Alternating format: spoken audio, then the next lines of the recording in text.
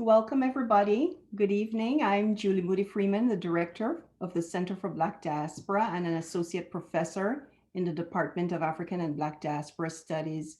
We're going to get started in a minute. I just wanted to let you know that this event is being recorded.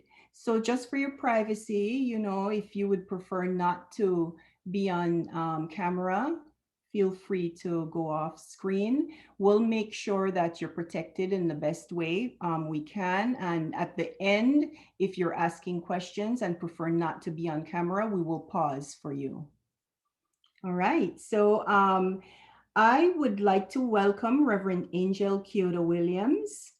Thanks so much, Reverend Angel, for agreeing to join us. And thank you all for attending. I'm so happy that you have joined us. My job is to just simply thank everybody. So I would first like to thank my colleagues who are part of the Healing Justice Dialogue series. This event was co-organized by myself at the Center for Black Diaspora, and Rusa, the director of the Women's Center, helped. Maria Ferrara, the director of the Center for Community Health Equity, and Susana Martinez, the director of Peace, Justice, and Conflict Studies. We also had some wonderful co-sponsors, African and Black Diaspora Studies, American Studies, Critical Ethnic Studies, the MA program, International Studies, the Center for Religion, Culture, and Community, Social Work, Sociology, and Women's and Gender Studies. Thanks also to the following individuals who helped before this event and are helping during this event, and I want to name them for you. Jewel Daly. Thanks to Jewel Daly, the Assistant Director of the Center for Black Diaspora. Thanks also to Catherine Douglas, Jessica Williams, Jennifer Ugumiki, Belinda Andrade, Haley Curtis, Amalia Salmeron, Nina Williams. Excuse me, Nina Wilson. Just a quick outline of the program for viewers. The program will end at 7 p.m. We have a short time with Reverend Angel, precious time. And so I will shut my mouth in a minute and just very quickly put your questions in the chat throughout the event. And we will do our best to accommodate your questions within the allotted time that we have. I would quickly like to turn you over now to Dr. Beth Cathlet, who is the Associate Professor of Women's and Gender Studies and the Director of the Faculty Scholarship Collaborative, who will now introduce Reverend Angel. Hello. Thank you. Hello, everybody. Thanks so much for being here.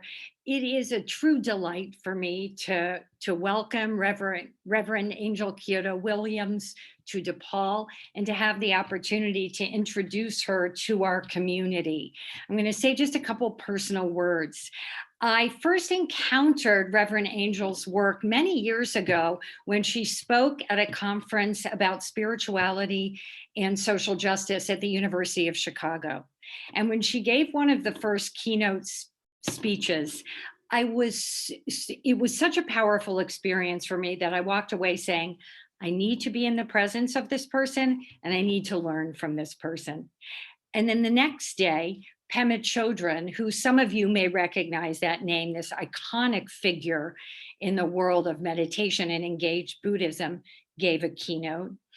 And Reverend Angel engaged Pema Chodron so beautifully as she was talking about holding anger. And Reverend Angel really helped the whole audience to engage this conversation about making sure we understand when anger is justified, when it's really very logical, and how it can be used to catalyze change, in particular among disenfranchised communities, people of color, etc. And after that experience, I said again, I need to be in the presence of this person. I need to learn from this person. I think Reverend Angel brings three things that are so unique. Number one, this deep and abiding commitment to the strategies and the frameworks of mindfulness and helping people to see the power of returning to ourselves again and again with grace, with compassion, with kindness, and therefore being able to bring ourselves to the world in that way as well. And then number two, she sort of combines that with this absolute fierce commitment to fighting injustice, to working toward racial justice, racial healing, collective liberation, etc., and brings those two together. And number three, I think she brings an intellectual rigor and sort of theoretical sophistication to this work that, let's face it, is appealing to those of us working in the academy, right? Working in higher education. So, to just say a few more things about Reverend Angel's work and background. Reverend Angel Kyodo Williams is an author, an activist, a master trainer, and founder of Transformative Change.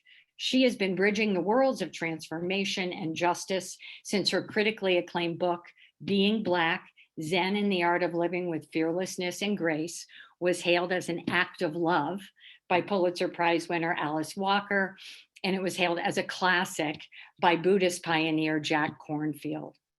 These days, almost all of her time is devoted to advancing the work ignited by her co-authored book.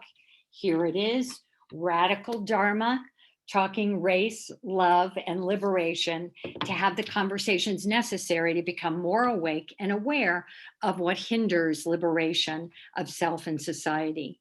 The connections, circles, and conversations that have emerged from radical Dharma confront head-on the most formidable and critical impediment to justice and social transformation of our time. They've initiated profound healing and deepened commitment to dismantling oppression across lines of race, class, sexual orientation, and other divides. Her work has been widely covered by publications such as the New York Times, the Boston Globe, Ms., Essence, Buddha Dharma, and On Being with Krista Tippett. Reverend Angel happily splits time between Oakland, California, and Brooklyn, New York, with her partner Elena and African gray parrot friend Mitra. Welcome, Reverend Angel. So nice to have you. Thank you so much, Beth. And thank you everyone for being here. I'm gonna make a little bit of adjustment on my screen so I can get as many faces in here as possible. I love that Zoom, I don't know, we have this thing now with Zoom where you can move people around. And so I'm gonna get a little shuffle and bring faces right where I can see them. It's really my honor to be here. And I was speaking to the organizers just as I was coming on, to Julie and Anne and Beth is particularly saying that, this is actually the first thing I think that I've done publicly all month. And the only reason that I agreed to do it is because I have made this decision that the things that I would do during February would really be for the upliftment of Black folks and for centers and institutions that are supporting Black peoples.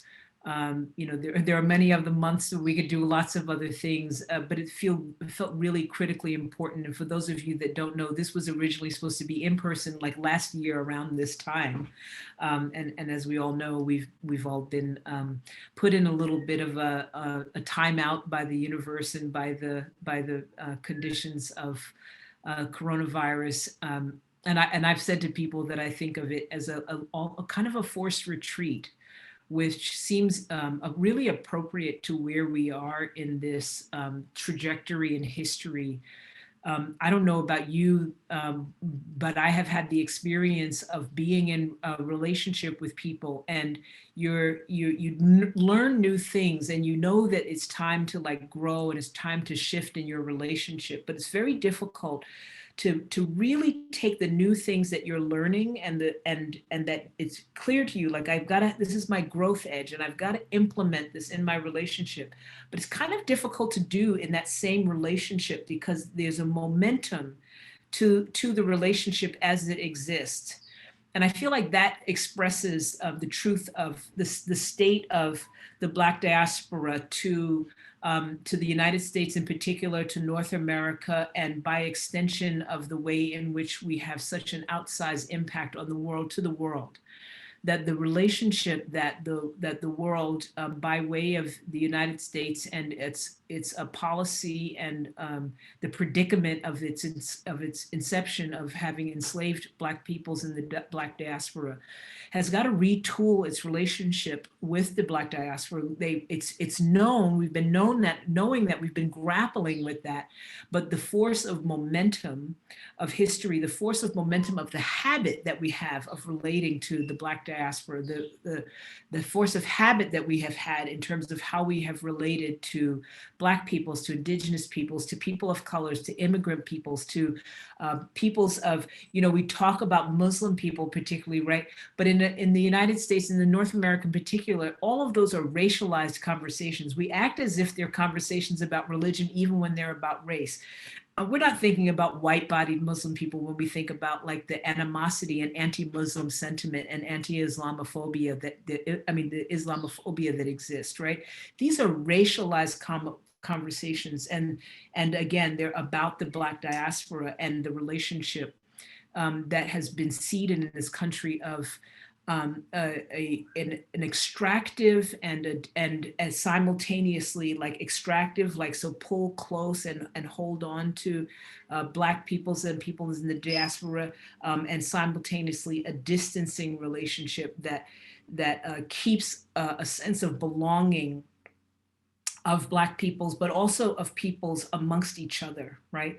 That peoples that along the spectrum in relationship in the Black diaspora, but peoples in relationship to Black peoples have all been kept from belonging to each other.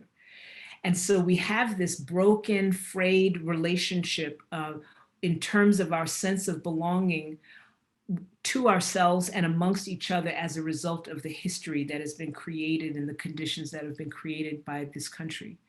And the laws, right? And many people can say, and I'm sure that many of you are scholars in your own right, of the relationship that this exists throughout the world, but the United States has created a very particularly unique set of circumstances by codifying and racialization and baking it into the institutions that exist. And so we have this very, very unique role in terms of the shaping of the relationship that we have to Black peoples and to peoples of the Black diaspora, and by extension, therefore, all people in bodies of color, all people that are Indigenous, right? It all extends out from the relationship that we have with Black peoples in this country.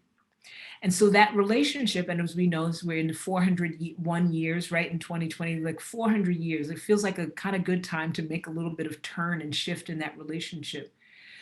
And I was thinking about that, as in 2019, like I actually committed for the first time to have, most of the things that I talked about actually centered in the conversation about that 400 years of at least as we understand it, of the enslavement of Black peoples in the United States. It was important to highlight it, and it was important to highlight it just not just so that people could be aware, but so that we could begin the shift. And so we get through, almost through, all of 2019. And maybe that would have been time, I started to call 2020 before it came along year one, right? Year one, as in like, this is the year to begin the shift. And little did I know that we would have the pandemic come.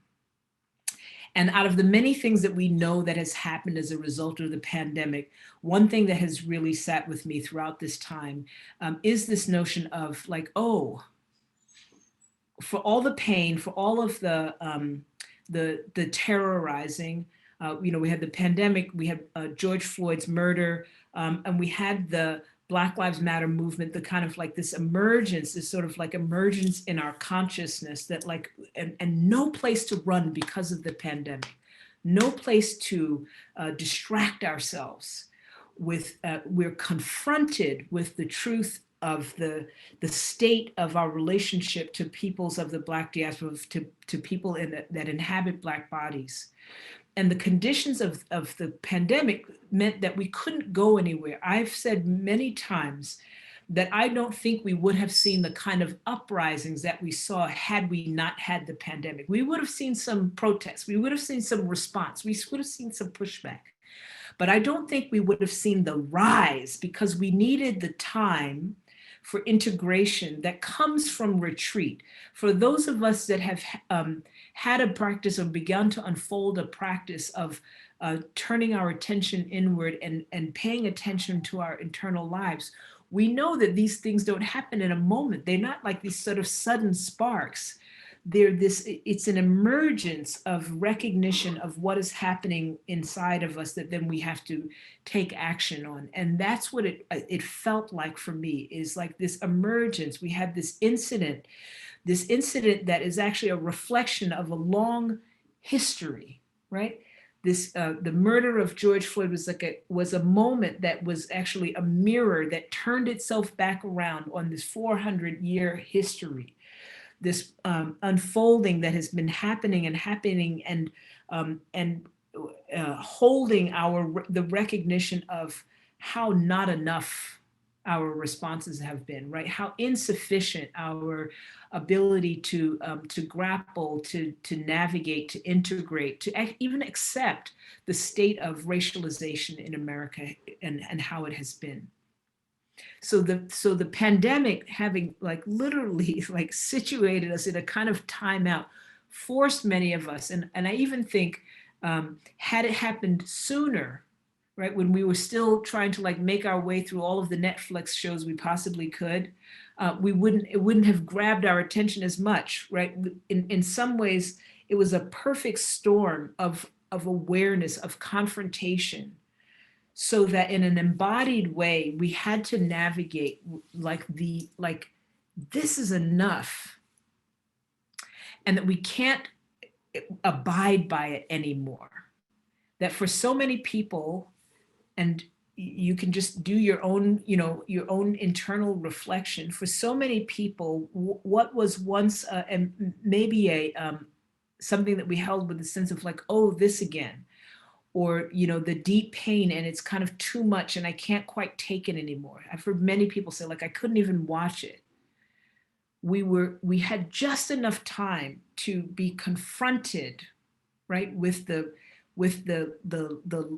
our inability to tolerate these conditions anymore. And that's what happens in our inner journey. For anybody that moves through their inner journey, you have your stuff, you have your things that you're trying to negotiate. And there becomes a point where you're up against yourself, you're up against the truth of what is not working anymore. And one has to say, like, I cannot tolerate this. It creates an intolerable reality. And I feel like as a collective, we were confronted with this and obviously not everyone, right? Not true for everyone, not holding in everyone's attention in the same way, but for some moment in time, in a way that has never happened, I think, really in this country ever before. No matter where you were on the spectrum of your understanding and your relationship about race, you were confronted with it. And all at the same time. And you may have been confronted with a way that was like, get this stuff out of my face. I don't want to deal with it. But we all had to we were all confronted with it. And we were all confronted with a level of intolerability of it, even if it was like, I just want this to go away and I want people to stop talking about it. We were all confronted with it. And this is the path. This is the path to a true awakening for any system, whether it's an individual system or a collective system. When we get to a point in which it is no longer tolerable for us to continue to abide by the situation as it is, and something has to change, something has to give. This is so important because part of how the conditions that have allowed for a continued state of the diminishment of people based on the color of the skin, based on race, based on perceived on religion, based on their gender, based on their sexual orientation, based on their gender, how they present in terms of their gender, all of these things. One of the great, I want to say, skills, if you will, and that's a kind of funny word for what I'm going to say, but the skills or genius in this country has been creating conditions in which people allow intolerable things to be tolerated. We're almost masterful at it, right? A kind of like shifting and moving people around and pitting people against their own sense of belonging and their right to exist and continue to be a part of the whole. For the sake of that, for the sake of continuing to be a part of the whole, our national creed has created conditions in which we will tolerate intolerable things. And we've tolerated the intolerable reality of genocide, right, against the Indigenous and First Nations peoples here. We've tolerated the intolerable reality of the enslavement of Black peoples. We've tolerated the intolerable reality of like a continuous rotation of demonizing peoples that come from non-European countries in particular, right? It started with European countries, the Irish in particular, right? But a continuous like rotation of creating enemies out of peoples as they arrived at these shores so that we could diminish them in some way, devalue them in some way, to push them off into the corners of society so that they could be capitalized upon, right? So that they could be capitalized upon. So that, because when people are devalued, right, when they're undervalued, and then we can capitalize upon them. And so now you can see how these various systems are playing with each other, in which racialization, in which oppression in its many forms go part and parcel with capitalism, right? And the impulse towards creating a vast amount of wealth and power and situating in the hands of a relatively few number of people, while getting a mass number of people to participate in maintaining that system. It's kind of genius if you think about it. And because it's so genius, right, because there's such a force of momentum of hundreds of years of it, right? Hundreds of years that are situated actually in hundreds of years before it, where it was perfected in Europe, before it even got to these these shores. Thousands of years, if you will, if you're talking about gender, in the ways in which it's perfected in the form of patriarchy and misogyny, and ways in which women were diminished and capitalized upon, in ways in which wealth was built upon the backs of women's dowries and their lack of power. So I love that we're like heading into Women's History Month, because these conversations always dovetail together. And so we have the system that has like this great momentum to it, thousands of years, hundreds of years off of these shores, hundreds of years within these shores, you know, and on and on. And then here comes this pandemic and it goes, stop. And so we're still, and we're brought to pause. And then inside of that pause, inside of that, and this neuroscientist that I'm quite fond of uses this word, I love it, the inside of this quiescence, right? The quiet that created by the conditions of the pandemic, just the right moment where we're sort of like frenzied and we're saying like, oh, okay, like this thing, it's going to pass. We can just we can just like wait for it to pass. Okay, it's not passing. Our government isn't doing anything. Our president isn't doing anything. They don't know how to deal with this thing. Okay, it'll pass. It'll pass in 1 month. It'll pass in 2 months. It'll pass in 3. Not passing. And right there, in perfect order with natural human cycles of when it is we actually start to accept things, it's about 3 months. We actually start to accept new realities. So right there at about 3 months, we get this experience of having to bear witness in whatever ways, this confrontation with the state of our relationship with the Black body in America. And we can't escape it. We can't escape it. We can't busy it away. We can't disappear it. We can't just like go and get in our cars and buy more stuff and just, right? We're in this suspended state in which the confrontation becomes something that we are literally have to like live with. We have to like be with it in this profound way.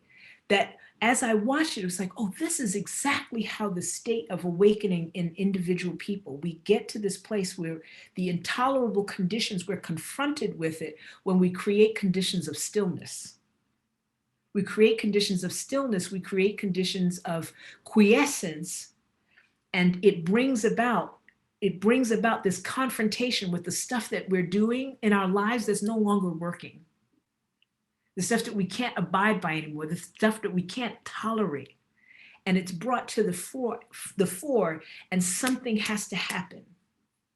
And at first we try to deny it. And so like some people come out and they go, enough. And there's some of us that's like, well, I'm not sure, maybe they did something wrong. But time passes and the energy is rising, and we begin to feel it, not just as individuals, not just as those people having a problem over there. And we saw it come out and roll out into the streets. We saw the response of the collective body say, this is intolerable. We cannot stand this anymore. In waves, as people, joined, we thought, oh, it'll go away. It's just those people there. They're going to protest. It's just those people in those cities on the coast because they're like that and they're going to protest. And then slowly, no, cities that there were hardly any Black people at all. Any Black people at all. You know what they were doing? They were people were reclaiming their sense of belonging to a collective body and saying that this body cannot tolerate this anymore, that this is no longer about the Black body, this is no longer about the Black diasporic body, this is about the collective body and the ways that we have recognized that belonging to each other, to ourselves, has been taken away from us by way of the momentum of this forced tolerating the intolerable. And we're not going to take it anymore. And so we come forward in the same way that we do in our inner lives, in our journey, and we say, this place that I am in which my comfort was more important than the unknown, is no longer tolerable. And so I'm willing to enter into the unknown. I'm willing to enter into the unknown for the sake of coming to know myself more fully, coming to know myself more completely. We are literally participated in the journey of awakening as a collective, the same journey that happens in individuals when they undertake the journey into their inner lives. The confrontation with our own inner lives that says, these ways that I have been inhabiting, this place of fear that I've been situated, this place of comfort with the unknown, and I know it is not right. I know it's intolerable. I know it's not working for me.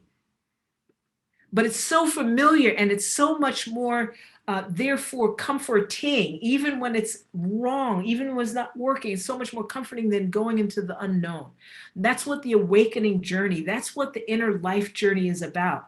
When we get to the place where we say we can no longer abide here, and we're willing to confront the unknown, we're willing to go past our comfort zone into the place of unknown, for the sake of knowing more wholeness. So we do it for ourselves individually, just for the sake of knowing more wholeness. But what we did for the first time is that we did it collectively. We said, we're going to go into the unknown. We're going to pour out into the streets. We're going to protest from behind our masks or whatever. We're going to stay glued to the television and see what's happening here, or to the internet. We don't have no television anymore. I don't know. To the internet and see what's happening here. And we're going to go into the unknown of this territory that the history of race and the momentum of the enslavements of Black peoples and the Black diaspora has kept us from entering into this space of the unknown, because it was made to be more comfortable to stay here, disconnected from each other, disconnected from our own truths, disconnected from the part of myself that says I cannot tolerate the intolerable. And that is a collective seizing of our power. That is a collective seizing of our power that is akin to what it is that we do for ourselves when we choose our inner lives and a willingness to discover our own truth and extend beyond the boundaries placed on us by our families, by our gender roles, by the expectations that are imposed upon us, by the inheritance of social conditioning that tells us like who we can be, who we can't be, who we can love, who we cannot love. And when we choose to actually know our own truth, what we're choosing is to say, I actually have to choose to belong to myself once again. I have to choose wholeness, right? Over this externalized idea of belonging that is keeping me small, that is keeping me limited, that is keeping me from loving and connecting with others and keeping me therefore from loving and connecting with myself. Because there's no such thing as an intolerable thing that we tolerate that is not about essentially a brokenness within ourselves, a disconnect within ourselves. We don't tolerate the intolerable unless we are disconnected from ourselves.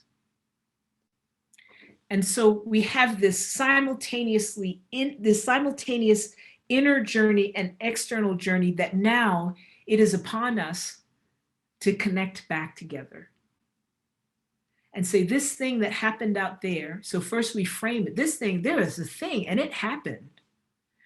And we can't allow the masterful capacity of somehow the culture of this nation to redistribute us and separate us and make us feel like a personal or an individual thing happened. What happened was a collective thing.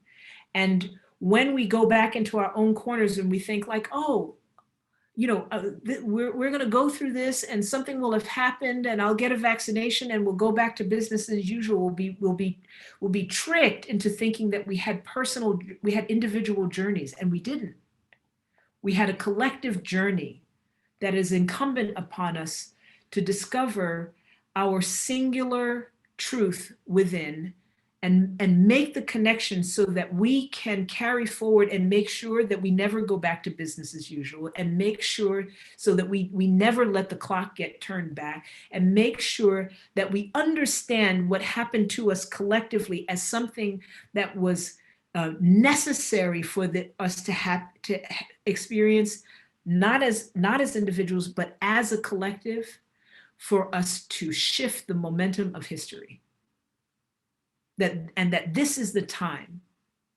And that if we fall asleep, as you can, even on your awakening journey, if we fall asleep, we will be tricked into believing that what happened was about individual people in their homes that had an experience, and they faced a pandemic, or they witnessed an uprising, or they had a feeling about what was happening, and then it just goes dormant again. And we won an election, maybe, I don't know where you are standing, but for me it was winning. We won an election and now we can just go back to business as usual.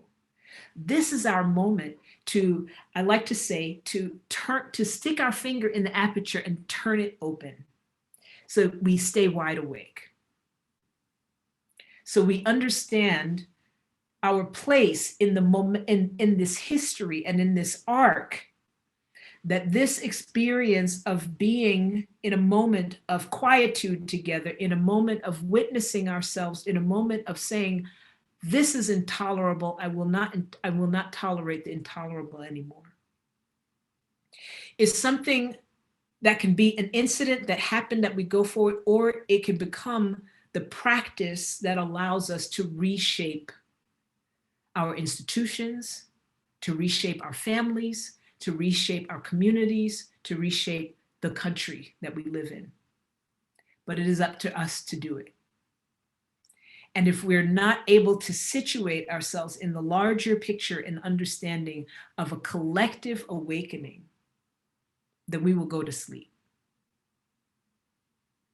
And my hope is that for every single one of us here, that it will become intolerable, that the idea of going to sleep and going back to business as usual will become intolerable, and that we will no longer tolerate the intolerable. that being disconnected, that this weird thing of like all of us being in little boxes, you know, shaped out like the Brady Bunch or Hollywood Squares, take your pick. This disconnection from being, you know, from feeling each other and being in rooms together and being in with bodies in all of our different shapes and races and colors and smells and orientations and classes and all of that, that we'll feel the loss of that. And we will no longer be able to tolerate disconnect amongst ourselves. That the sense of being situated to be hyper individualized will be felt, right? That we'll feel this sense of like, wow, this really, I mean, it's lovely to have like glimpses into people's own like homes, and we're all literally coming together from our own homes together, but that we'll miss the sense of connection to humanness that is the signal of our collective belonging that the history of this country has kept us from. And that we'll demand it. We'll no longer be able to abide by the disconnect that has been part of this culture, and that we will insist for ourselves that we have a right to belong to each other, that we have a right to belong to ourselves, and that it is our individual, specific personal practice that is going to reclaim that belonging to each other and to ourselves. I think I'll pause there. And thank you. That was amazing. Thank you so much. So I'll turn everything over to Joelle Daly. She's been monitoring the chat and we see questions. Go ahead, Joelle. Yeah, excuse me. Hello, everyone. That was a lovely talk, Reverend Angel. Thank you. Thank you. There are 3 questions that popped up. One of the most recent says, have you thought about permanently leaving America? I know some Black folks cannot tolerate the intolerable in America and decide to move out of the country. I know racism is everywhere, but do you ever just want to leave? All the time. I feel like I have like literally like one foot in Amsterdam all the time. I'm like, can we travel yet? Can we go yet? Yeah, absolutely. And, you know, to your point, you know, do I ever, it's like, yes, racism everywhere, but it's kind of not mine. You know, there's this way that it feels like there's a very specific brand that's here in the States and here in North America that feels different and lands on my body different, but it lands on my body different while it continues to land on the body of the people that I love. And so I feel still, I don't know how long I will, but I still feel the commitment to lightening the load of the burden that on the bodies of my brothers and my sisters and my kin. Black bodies, brown bodies, indigenous bodies, white bodies, actually. So yes, all the time, all the time. I have my passport stays like an arm's distance away from me. And as long as we love, I think we still feel the tension, right? I think as long as we love and we are aware, feel aware of, you know, there will be a tension of if we feel we have something to contribute, and maybe that's what makes it a little bit different for me. If we feel like we have something to contribute that might actually change it, I think that we'll always feel the tension of like, but I have to give it a try. Well, there is, Craig just asked the question, how does Zen practice help you understand and manage your reaction to racial injustice? You know, I think that Zen practice situates itself for me, at this very fine line between navigating what they call in Zen, and they, you know, it's cross Buddhism, but they really lift it up in Zen, that the notion of the relative and the absolute, right?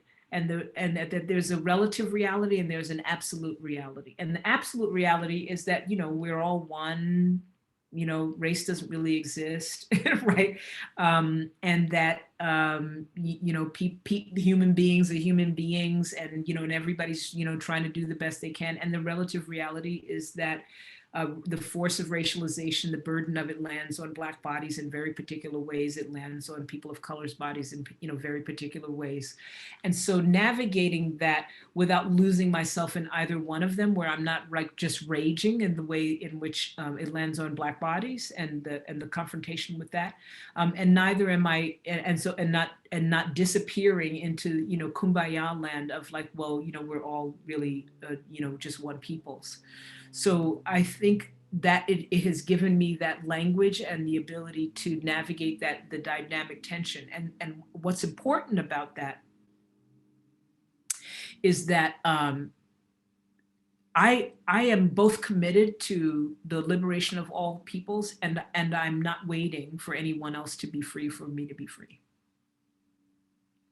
And I'm not waiting for the system to repair itself before I can declare myself and commit myself to my liberated stance, right? And if I was so encumbered by the relative reality, if I allowed myself without my spiritual practice and without my spiritual view to be, I would simply be overwhelmed by the relative conditions that exist and are confronted by my body and by the bodies of the people that I love on a daily basis. And in many ways, Zen and practice and all of the practices that I have give me a lens out, like they give me a kind of portal out to turn around and look back on it so that I can be in it, but not of it, which is another really good saying, right? I can be in it and not of it. So I can critique it without being overwhelmed by it, right? And I think that that's really important. And that actually relates to the question about leaving. One of the things that I think is important about leaving and being able to leave, even if you leave for a short period of time, is actually like stepping out of it frees you up to be able to look at the whole of race and the reality of race and racialization and oppression in America without it's sitting on you. And that actually is a very, very important view to have. And if you think about it, most of our most formidable writers and interrogators of race in America have left America for meaningful periods of time, right? From James Baldwin to Angela Davis everybody, like they leave. And it's important because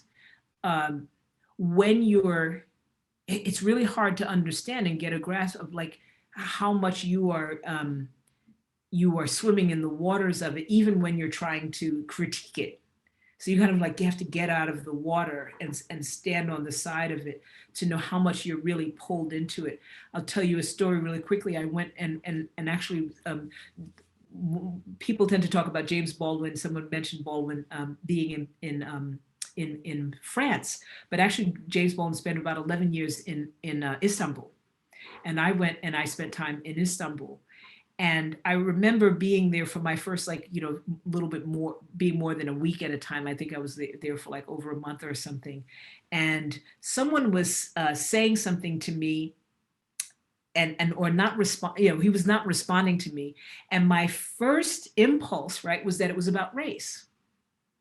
But as the conversation unfolded, I realized it wasn't about race at all. It might have been about gender, but it wasn't about race at all. But that was the only place that I had to pull from in terms of the response that I was getting.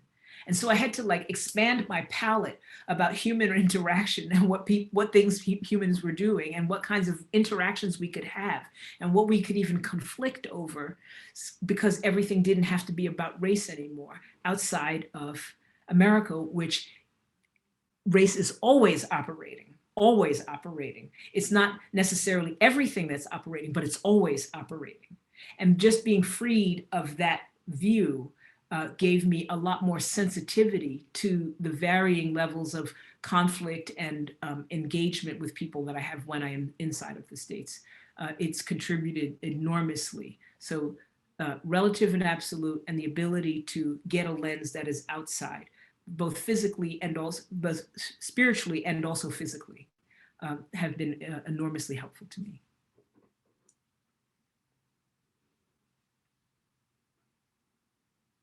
And muted. I also thank you for that response, and it almost makes sense to ask this follow-up question, which is, what are you most hopeful about, and what are you most concerned about in the current time regarding our collective racial healing? Mm-hmm. I'm most hopeful about just what I shared, that we are in this, that we have had this quiescence, that we have time to sort of stew in our own, stuff and grapple. I think the level of attention that we have had, at least as evidenced by the number of people that are asking me, this was not like everybody's favorite topic 5 minutes ago, right?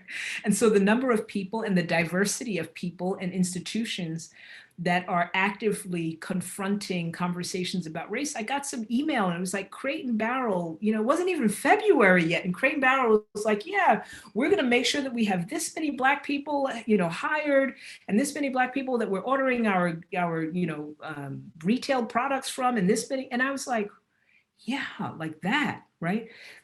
This time has fomented a real reflection on like what real change, right? And if it hadn't lasted as long, right, we just would have done a little thing. We would have like put on our Black Instagram things and then went on our business again, we would have like done a little nod and then back to business as usual. So this sustained. I'm very hopeful about this.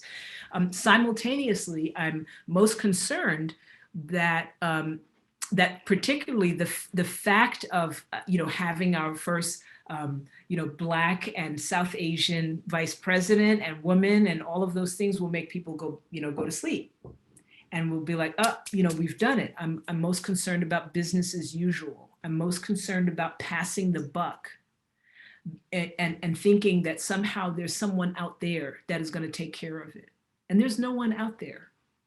There's no one out there that's going to take care of it. We can come together collectively and we can move some things, but it requires every single one of us to do a very, very deep dive, an honest dive, with integrity, a courageous dive into the ways in which we are fomenters of, it's sort of like, I'm hopeful that our brains are not like full 24 hours a day of what some, orange hothead in the president's office is doing, so that we can't pay attention to how we are contributing, how we are complicit to systems and forces of oppression, so that we have enough breath and space to turn around and look at ourselves and go, yeah, but what about me? And it's hard to go, what about me, when, somebody's taking up all the air in the room. Right? You can't turn around and just like breathe with yourself and say, what about me? And how am I contributing? How am I contributing to oppression? How have internalized oppression? How am I a gatekeeper if I'm Black or brown? How have I been caught up in this? And we're all caught up, right? That's the way it was designed. We are all caught up in some way. And so I am hopeful that we have the space, we have some space to actually look at how we're all caught up. I'm concerned that it becomes too easy to think that because we've had some small respite, right, including the respite of the potential vaccination, that we'll go back to business as usual. Yes. These are all such great responses, and I apologize to everyone who's posing questions. I'll try to get to as many as we can with the time that we have. One in particular is, how do we as Black people navigate racial trauma? Yeah, I think we first and foremost that we recognize that it's not ours. It is not ours individually, right? That the trauma that lives on us is collective. That it's not our fault, and that those structures of this society, this culture, situates us in a position which we're always coming back to somehow it's our fault, right? Our individual rights are both stolen away and then also imposed upon us, right? It's like Black folks can never be really truly individuals. We're always a representative of our race. We're always sort of like carrying the wholeness of our race, but simultaneously, we dare not turn around and say like this thing is happening to us because we're Black, right? We can't do that. So we can never we get all of the the negatives of what it means to be a part of like the one big collective, like Black people are doing this or Black people are doing that, and that's okay, but we can't ever receive the benefits of that by way of analysis of like, yes, there is a reason that Black folks are more prone to getting coronavirus, and it has nothing to do with the fact that something's wrong with us individually. So we have to really situate ourselves in an awareness that we have always been and always are part of a collective, and that we are personally responsible for ourselves in terms of being the champions of our healing, because no one else is going to do it for us. It's interesting that you brought up the concept of healing, because the next question is, how do we flow between me and we? Yeah. When you speak of the collective. Yeah. I hold a sense that there are many traditions and spiritual traditions that really encourage people to like connect with others, and we often talk about empathy and talk about compassion. And I think that the structure and the design of this culture demands that actually we find our relationship to we actually by fully reclaiming and reconnecting to me, right? To really fully connect and reclaim a wholeness with ourselves that has been obfuscated by various conditions, various social conditions, various inhibitions, sense of limitations that come about as a result of being a part of this culture. And so to have, I actually have a practice in particular that I've developed, and I call it a point practice. And the pith of it is a point meditation. And in the point meditation, the encouragement is to choose a point, right? And that point is literally the core of our being, in our own belly, about 3 inches below our navel and behind our navel. And it's the breath as it rests there. So the breath rests right there in the belly, and the breath, moves throughout our body. We sort of feel the pressure of our breath, but to recognize the way that the breath can abide there. And that's our point, and everything else is other than point. So we bring our attention awareness to point, and everything else is other than point. The reason that is because I'm trying to, in developing the practice, I was trying to develop a way for people to develop profound fundamental trust in oneself. And the only way you can develop profound fundamental trust in oneself is actually to be able to tolerate yourself, and to be able to tolerate all of what it means to be with yourself. And you can't be with yourself if you don't come back to yourself, if you're always like, distracted by other things and that your attention is out here and elsewhere. So we develop the muscle of returning to ourselves over and over again, confronting all of the stuff that we feel about ourselves, the sense of inadequacy, lack of self-worth, the value judgments that we have about ourselves, the information we got to other people, the ways that we perform, the ways that we mask, the ways that we leave in ourselves and escape ourselves, and come into a sense of being willing and able to return to ourselves over and over again, which develops trust in ourselves. And when we're able to fundamentally trust in ourselves, then we can actually then we actually directly experience how we are the we as a result of that trust in ourselves. When the we is something other than us, there will always be tension. But when we come to we directly through the experience of like, oh, I am this, and I am everything, that I'm of you, that I am fully not related to you in this, like, you're just like out there somewhere, but I feel the connection to you, then that profound trust extends into being a part of everyone else. So it's I think that's then the specific question of like, how do I flow, right?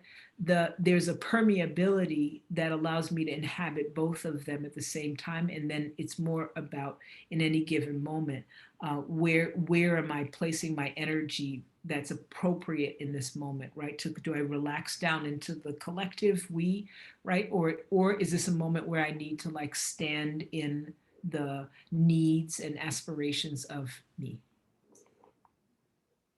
Great. Thank you.